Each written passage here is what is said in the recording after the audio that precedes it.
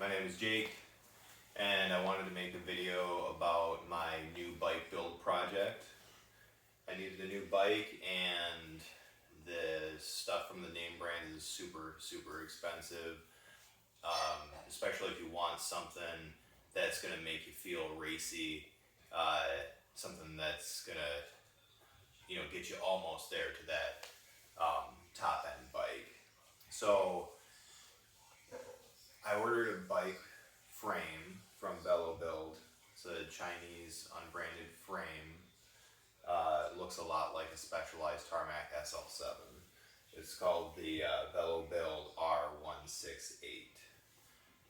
I've had a Chinese bike before and it was fine, so I was willing to take the risk, but there's not a whole lot of information that really goes over this process and can show somebody who's maybe not sure of what they're getting into, And really, I don't know either. I haven't opened this box yet, so that's what we're going to do. I'm going to tell you a little bit about my plan here. We're going to check the quality of the frame a little bit just by looking at it and measuring some of the things that we know what the measurements will be. We're going to look at the bottom bracket, opening the area where the bearing's going to sit, and we are going to look at the head tube length because that'll verify if their geometry chart is right, and it'll verify if they send me the right size. And I'm going to build it up with SRAM Rival axis, which right now they're only offering a dub crankset for, so we're going to see how the dub bottom bracket standard works in this BB86 frame. Some people say that that's not going to work great, but SRAM is happy to sell the bottom bracket, so we'll see how that goes. I'm going to build it up with the Novatech hub, 791, 792 hub with the 60 millimeter deep carbon rims from Velobuild. Those aren't here right now, they're on their way. The cost of the frame is $479.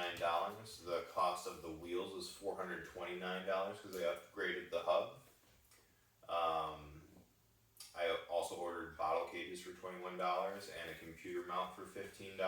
The computer mount is supposed to be coming with the wheels. Another thing I wanted to bring up is the customer service process when you order your bike. Everybody talks about Chris, and that seems to be the only contact at Velobuild. He asked me for extra shipping. There was already shipping included, $100 and some EMS to the United States, but they needed $100 more. But since I couldn't get the original, well, basically the balance was 80, they covered 20. So I ended up having to cough up an extra $60 for shipping because they had to ship the wheels and frame separately. There was a hidden fee also for handling. That's not up front until you go to checkout on their website. I think that was $40. And also, before my frame shipped, they needed to ask me if I wanted to change my handlebars because they didn't have the handlebar model 10. They only had the 11 in stock in the size that I wanted.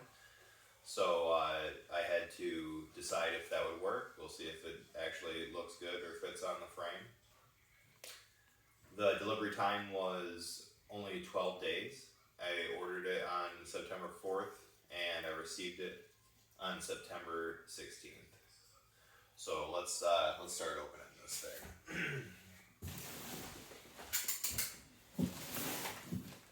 Also wanted to say, I already mentioned that this isn't my first Chinese carbon bike. I've been a road cyclist for a long time. I've ridden a lot of very nice high-end bikes from name brands. And I've built a few bikes, so this is going to be not a totally inexperienced build. First thing I'm going to be able to pull out is the handlebar.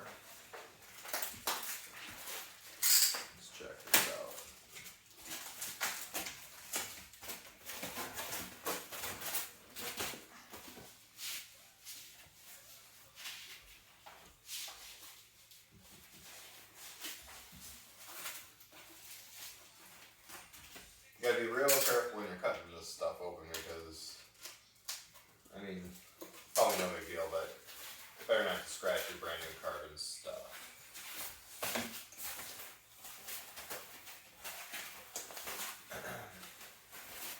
Alright. Wow. Yeah, this looks pretty cool, man.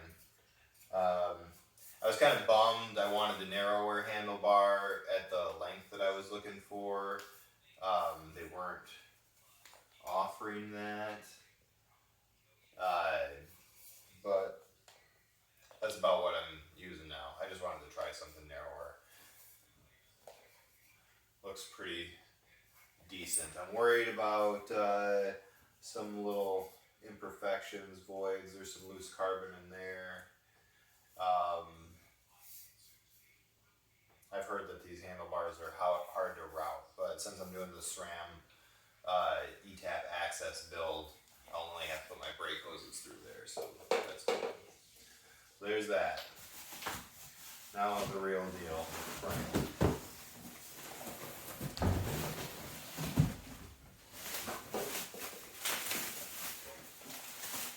Looks like here's some of the hardware kit taped to the back of the frame.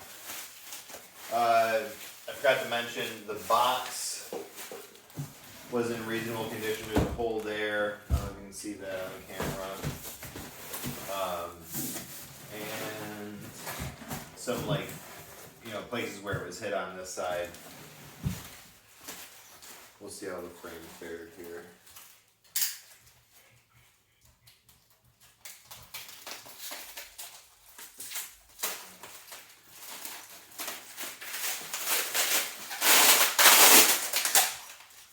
Part of this build series is also going to be me attempting to do a custom paint job on this frame. Here's my bottle cages. These look nice. These actually look a lot like my Zip carbon bottle cages that I have. So good design. We'll have to get them on a bike and see how they hold your bottle going over some bumps. But I thought I'd give it a try. 21 bucks. Here's a seat post. Spring uses a proprietary seat post. It's got like a cam tail arrow, semi-arrow shape. Feels pretty heavy. Looks pretty tidy in there. All of this is all aluminum, and some people that have already built this frame have pointed out that you can just buy some carbon parts to replace that and save some weight right there. Very nice. Alright. I just realized this is going to be a fairly dull video watching me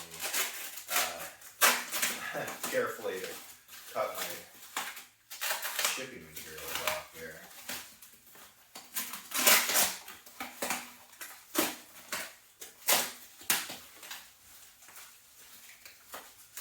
Alright, starting to expose some of the good stuff here.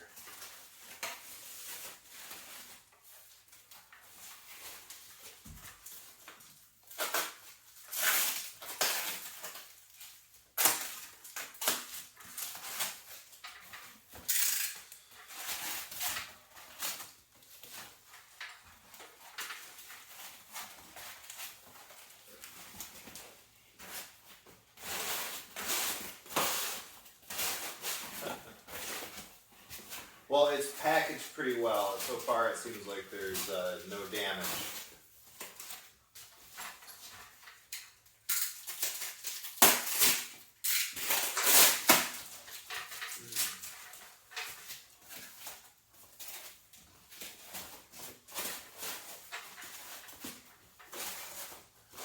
So yeah, there's a lot of questions about the safety of these unbranded frames. You know, you're not going to get any kind of support.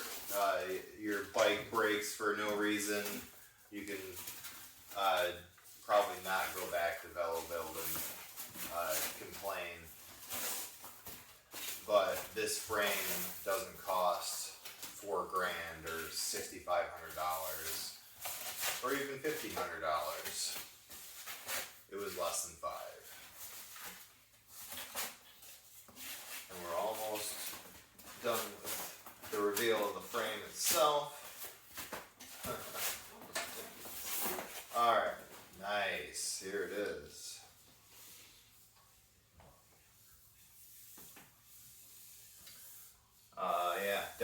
coating on it, like you can maybe see a little bit of the actual carbon fiber through this, but I think it's like a black spray paint over the top. This is a through axle disc frame, by the way.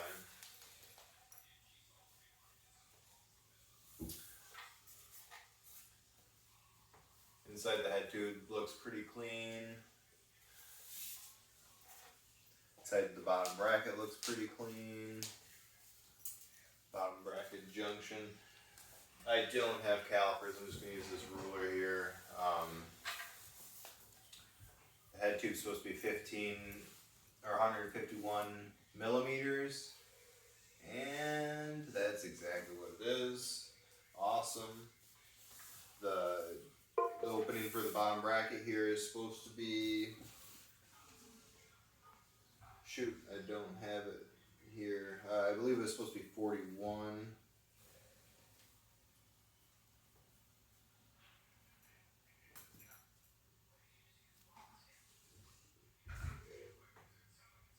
It looks like it might be tighter than that. This isn't the most accurate way to do this measurement. Yeah, maybe it's exactly 41. I hope that's what it's supposed to be.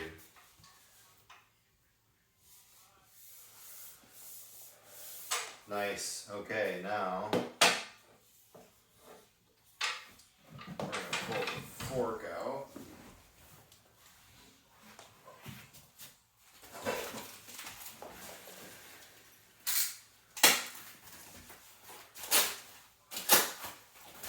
I guess the next video is probably going to be the paint video, so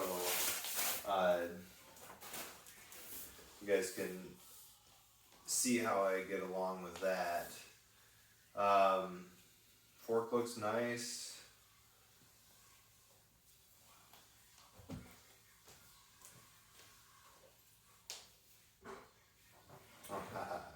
Right.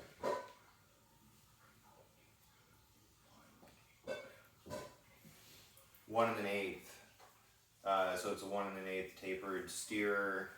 On the website it says that it's 1.5 inches. That's to accommodate for the oversized bottom bracket that lets the cables be routed internally. That's one of the cool things about this frame.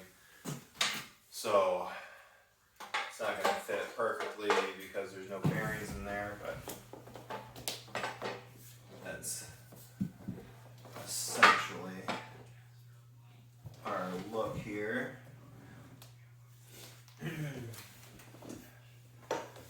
Last thing to go over is what else is in the hardware kit here.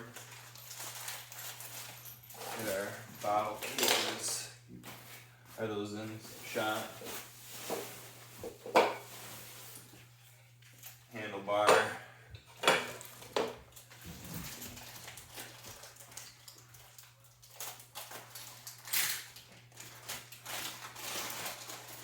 So yeah, there's a headset in here. You know, it feels it's a pretty solid one. I'm sure I can find a lighter expander plug there. All these pieces feel like they're made out of alloy, so these could be lighter too.